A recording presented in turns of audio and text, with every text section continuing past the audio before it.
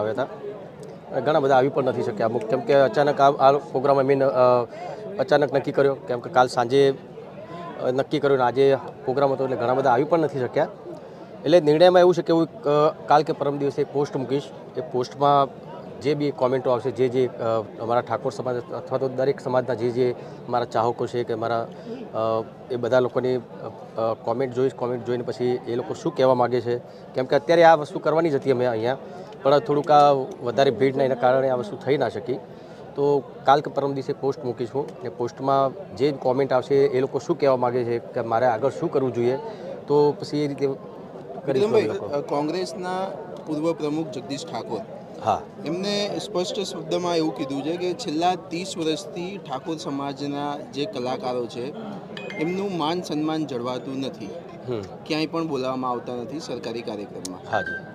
આજે ઋષિકેશ પટેલે એવું કીધું કે ઠાકોર સમાજને જે ના બોલાવવામાં આવ્યું એ અમારી ક્યાંક ને ક્યાંક મોટી ભૂલ છે અથવા તો અમે ભૂલી ગયા.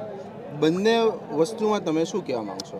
એક વસ્તુ બરાબર, કેમ આટલો બહોળો સમાજ છે તો તમે કેવી રીતે ભૂલી શકો છો? પહેલી વસ્તુ એટલે એવું તો છે ને કે આ સમાજમાં કલાકારો નથી, ઘણા બધા કલાકારો છે, મને છોડી દો, હું કોઈ કલાકારની કેટેગરીમાં એ લોકો માટે આવતો નથી, બરાબર, એટલે મને છોડી દો. મારા સિવાય ઘણા બધા કલાકારો છે, બહુ સારા કલાકારો છે, તો એ લોકો પણ ધ્યાનમાં ના આવે તો ખબર નહીં. મને મોદી સાહેબને મને ઓળખે છે 2007થી, એમને ખબર છે કે વિક્રમ ઠાકોર કોણ છે, આ લોકોને ખબર નહીં, એટલે નવાઈની વસ્તુ કહેવાય, એ ખબર નહીં. 30 વર્ષથી સન્માન જળવાતું નથી એવી વાત જગદીશ ઠાકોરે કરી. જગદીશભાઈ હવે વર્ષોથી રાજકારણમાં છે, અમારા સમાજનું બહુ સારું નામ છે.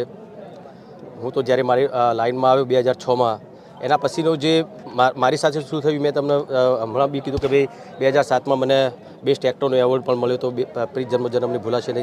જે તે ટાઈમે અમારા મોદી સાહેબ એ વખતે મુખ્યમંત્રી હતા, તો એના પછી એકવાર એવું થયેલું, ગૌરવ પુરસ્કાર મને ગુજરાત દિવસ હતો એ દિવસે મને રૂપાણી સાહેબના હાથે મને મળ્યો હતો.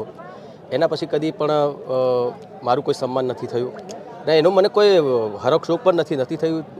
જગદીશભાઈ કીધું કે ભાઈ 30 વર્ષથી આવું થઈ રહ્યું છે, એટલે મને 30 વર્ષની મને ખબર નહીં, પણ એ વર્ષોથી રાજકારણમાં છે તો એમને વધારે ખબર હશે કે કેટલા સમયથી આ વસ્તુ થઈ રહી છે. મીડિયેટર કોણ? સ્ટેજ ઉપરથી એક વાત કરવામાં કે મીડિયેટર એક છે, મનુ રબારી છે મીડિયેટર. એ લોકો કહે છે, હું નથી કીધું, મેં કીધું નથી, લોકો કહે છે કે મનુભાઈ ને એ લોકો બધું કંઈ કરતા હોય છે, મને એટલી ખબર નથી. વાત રહી શંકરભાઈ ચૌધરીની, એમણે બધા વિધાનસભામાં બોલાવ્યા, બરાબર બોલાવે, જો એમના નજીકના સંબંધના છે, એમના મિત્રો છે, બોલાવ્યા, બહુ સારી વાત કહેવાય. ચોખ્ખી વસ્તુ તે એમના જે સંબંધિત એમને બોલાય, એમના મિત્રો હતા એમને બોલાય, એમનો મને કંઈ વાંધો નથી. વાંધો મને એ છે કે ભાઈ આટલા વર્ષોથી ગવર્મેન્ટના પ્રોગ્રામો ચાલી રહ્યા છે, ઘણા વર્ષોથી, એમાં કોઈ પણ પ્રોગ્રામમાં ઠાકોર સમાજનો એક પણ ભાઈ કે બેન કેમ નથી, એની વાત છે. તો એ એની જવાબદારી કોની? જવાબદારી સરકારની. ચલો સરકાર કે ભાઈ અમને ખબર નથી, આ તો અમે કોઈને હુંપી દીધું, તો કોણ? મીડિયેટરને હુંપી, બરાબર. તો મીડિયેટરને હુંપી દો તો તમારે એટલું બી ધ્યાન રાખવું છે કે કોણ કલાકાર આવે છે. નથી રાખ્યું તો ભાઈ મીડિયેટરને તો હવે ખબર તો પડી ને, હવે તો તમને ખબર પડી છે કે ભાઈ આ બધું થઈ રહ્યું છે, તો તમે એ લોકોને તમે ટકોર કરો કે તમારે જે નિર્ણય લેવો હોય એ લોકો માટે લે, કેમ કે આવું થતું રહેશે તો આગળ જતાં સરકારને પણ નુકસાન થઈ શકે છે.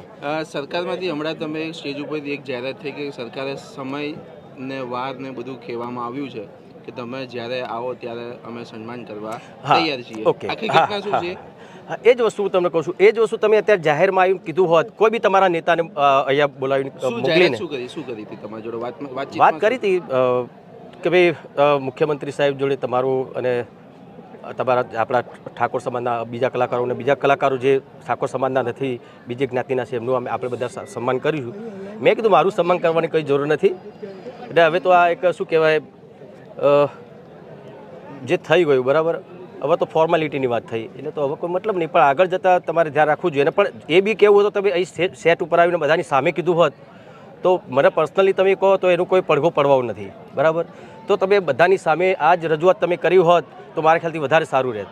Okay, thank you. Alpesh Thakor મુદ્દે પણ ક્યાંક ને ક્યાંક કટાક્ષમાં આક્ષેપ કર્યો છે, શું કહેશો? ગાંધીનગરના કેટલાક ઠાકોર સમાજના નેતા, એટલે કોની વાત કરી રહ્યા હતા? અલ્પેશ ઠાકોર હોય અથવા તો બીજા કોઈ બી નેતા હોય, કોઈ બી નેતાએ આવું જોઈતું. હું તો એમ કહું છું, એ અમને સારું લાગે કે ના ચલો ભાઈ આપણે સરકારમાંથી કોઈ એક નેતા આવ્યો ખરો, બધાની સામે કીધું પણ ખરું કે ભાઈ અમે લોકો તમારા માટે આ બધું કરીશું તો એમને આવવું જોઈએ તો બસ મારું કહેવાનો મતલબ કોઈ પર્સનલી તમે કોઈને કહી શકો એની વાત નહીં.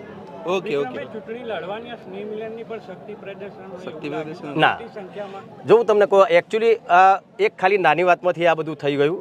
મને ઘણા બધા જ્યારે વિધાનસભામાં કલાકારોનું સન્માન થયું, સારી વાત છે, થવું જોઈએ. પણ મેં સોશિયલ મીડિયા પર એના ફોટા વિડીયો બધું જોયું, મને થયું બરાબર છે, આ તો વર્ષોથી ચાલતું આવ્યું છે, મને બોલાતા નથી, કોઈ વાંધો નહીં, એમાં આપણે એમાં કોઈ દુઃખી થવાની જરૂર નથી.